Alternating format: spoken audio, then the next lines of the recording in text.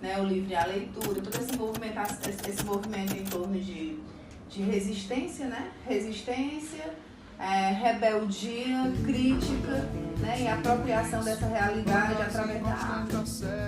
As ribeiras do Oti, desde os primórdios morada dessa gente Caratis. Crateús, a batata de Deus, Crateús, Ceará, esse homem, Crateús, Jamachi, Vataraluz, Brevidal, tingiu as portas com a proteção da cruz. Verdade. Crateús, Ceará, esse homem, Crateús, Jamachi, Vataraluz, Brevidal, tingiu as portas com a proteção da cruz.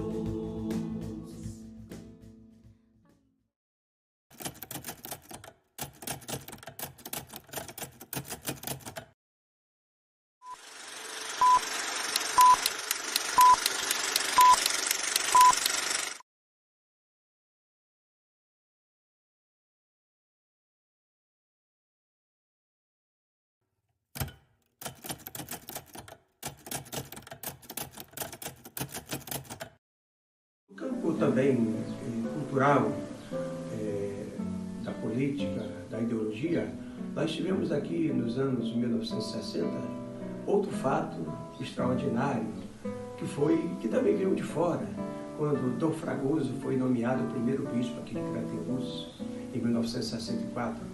E naquele mesmo ano se instaurava o golpe militar e o regime ditatorial. E os anos seguintes foi assim de um protagonismo fantástico de Crateús e dos sertões de Crateús, com suas tantas paróquias que eram vinculadas à diocese de Crateús. Nós tivemos movimentos de resistência por todo o Brasil, mas o de Crateús ganhou uma visibilidade mundial. Por conta dos acontecimentos que se deram aqui, isso repercutiu. A igreja mandava missionários de outros países para conhecer esse trabalho de Dom Fragoso, que a gente também conta aqui no Crateús 100 anos, um artigo, A Igreja Popular de Dom Fragoso, 1964 a 1998. Então, também neste aspecto, Crateús teve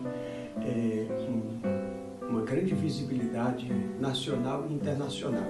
E também neste mesmo período, Crateús aparece mais uma vez num acontecimento inusitado, que Crateús foi citado no discurso do Márcio Moreira Alves, em 1968,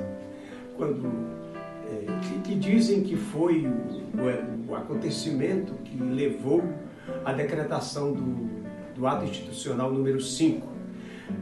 O Márcio Moreira Alves era deputado federal, muito revoltado com os acontecimentos, as medidas da ditadura militar.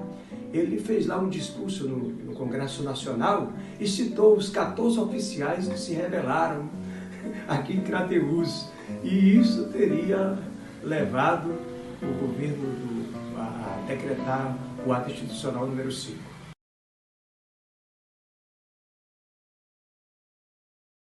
E em 1954, a professora Maria Dalide Menezes Teixeira criou o externato Nossa Senhora de Fátima.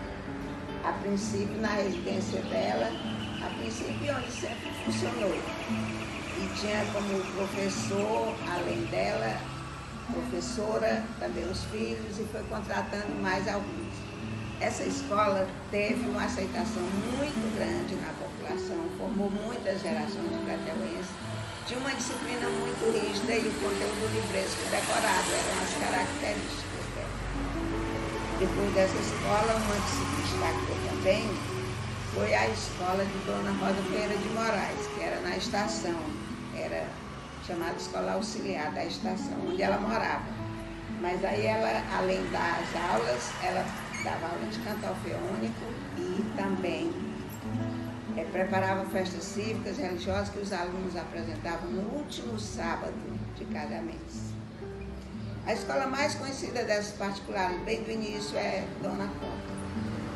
E aí, depois dessas 3 escolas de Madrinha Francisca, Dona Adelite, Dona Rosa Moraes, chega 1964, o primeiro bispo do Antônio Batista Fragoso. Aí o município já tinha mais escolas, tinha criado 16 escolas nos distritos, e aí os alunos estudavam, de qualquer idade, estudavam a carta de ABC. E logo depois veio a década de 60 era a ditadura militar, e mais para o final da década o Estado resolveu construir escolas também grandes, porque a população crescia em analfabetismo. Então, na década de 60 foi construído o Lions, a Escola Virgílio Távora, a Escola Santa Inês, do Estado todas. E a contratação era feita através de um deputado que tivesse maior votação, ele tinha maior número de contratos. E as escolas continuavam poucas com muitos analfabetos. Então, quando chega Dom Fragoso, aqui o primeiro bispo, em 1964, cada 10 pessoas, 3 apenas sabiam ler. E ele foi montando as equipes de trabalho, e uma das equipes foi o movimento de educação de base. E era um movimento formado por uma equipe de 7, um jipe e um lugar de residência, um jipe para fazer o deslocamento, porque a zona rural tinha muitas pessoas analfabetas. E aí foi usado o método Paulo Freire. O método Paulo Freire foi buscar as pessoas indicadas por comunidades, por grupos, e fez uma semana de formação no Colégio Regina Tassi. As pessoas que estudaram no método Paulo Freire foram procurar no seu grupo que foi indicado quem era que ia fazer a alfabetização. E aí iam formando já o círculo de cultura. E as pessoas foram fazendo um levantamento do vocabulário. Esse vocabulário foi formando palavras geradoras que constituíram depois o livro de todos. Então, essas palavras geradoras, elas eram discutidas com um tema. E houve a necessidade de um livro. O livro é esse, bem simples, feito num biógrafo da diocese, e as palavras geradoras foram selecionadas, né? Povo, família, comunidade. Esse primeiro livrinho tinha 9 palavras geradoras, e essas palavras iam sendo discutidas, e nessa discussão as pessoas iam desvelando a realidade. Era um círculo, e no círculo elas iam compreendendo a realidade, quem era o povo, onde o povo está, o que o povo faz, e depois iam fazendo a decomposição em sílabas e formando pequenas frases. Quando chegou na palavra família, eles já formaram a família, vive a fome, e o povo vive fala. Então as pessoas iam desvelando a realidade com esses desenhos bem simples, iam também descobrindo a sua posição no mundo e assumindo de forma crítica uma posição de mudar essa realidade.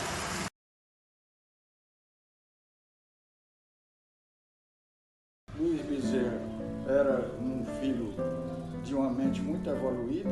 O seu Hermínio queria que ele fosse médico. Ele chegou a frequentar a faculdade no Rio de Janeiro, mas ele chegou numa das férias aqui e disse para o pai que não queria ser médico não, porque ele não se sentia bem, principalmente nas aulas de anatomia. Ele nauseava e não se alimentava, pensando naquilo ali. E o seu Hermínio disse: bem, se você não quer ser médico, não vou mais investir na sua educação. Mas ele tinha a mente evoluída e firmada para ser um educador. E ele fundou então depois o Colégio Plateuense. O seu Ferreirinha, inclusive, estudou com ele, com o Luiz Bezerra.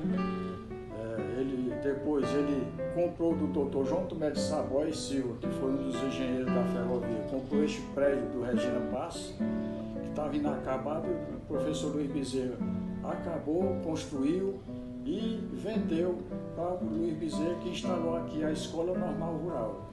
A Escola Normal Rural, ela se instalou em 1942, formou muitas professoras, inclusive a dona Rosa Moraes, a professora Francisca de Araújo Rosa, a dona Águida, centenas de professoras que contribuíram com a educação de Crateús foram formadas pela Escola Normal Rural. E em seguida ele vendeu isso aí para o Padre Bonfim, para a paróquia Senhor do Bonfim. O Padre Bonfim comprou, instalou lá o patronato Senhor do Bonfim, tinha também um estabelecimento educacional. Mas o Dom Fragoso, quando chegou aqui, ele doou ao governo do estado o prédio, os equipamentos, doou tudo para o governo do estado na época do César Carlos de Oliveira. E hoje é um colégio estadual. Seria, naquele tempo, uma fonte de renda para a diocese, para a paróquia, mas o Dom Fragoso não ligava muito para essas coisas. Entendeu que o estado poderia gerir melhor o Colégio Estadual Regina Pass.